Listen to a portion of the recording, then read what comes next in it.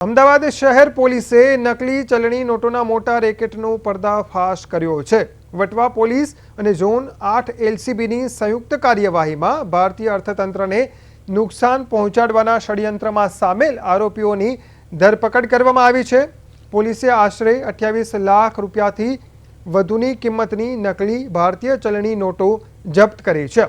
તપાસમાં સામે આવ્યું છે કે આરોપીઓએ વટવા વિસ્તારમાં ભાડાના મકાનમાં પ્રિન્ટર અને લેપટોપની મદદથી આશરે 60 લાખ રૂપિયાની કિંમતની નકલી 500 રૂપિયાના દરની નોટો બનાવી હતી અને આ કેસની તપાસ દરમિયાન મુખ્ય આરોપી ઇમરાન સબીર સિંધાના હત્યાકાંડ સાથે પણ કડી જોડાયેલી હોવાનું સામે આવ્યું છે। પોલીસે અત્યાર સુધીમાં 5 આરોપીઓની ધરપકડ કરી છે, જ્યારે એક કિશોર પણ કાયદાના સંઘર્ષમાં આવ્યો છે।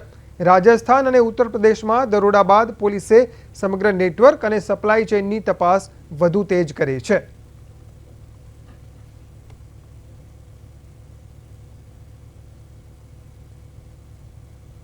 हाँ, અત્યાર સુધી આ કહેવામાં આવે છે કે પહેલાની 30 લાખ જે પ્રિન્ટ થઈ હતી એ મેરાજ પાસે આપવામાં આવી અને મેરાજે બહાર અન્ય રાજ્યમાં કે અન્ય લોકોને આ તપાસ ચાલે છે।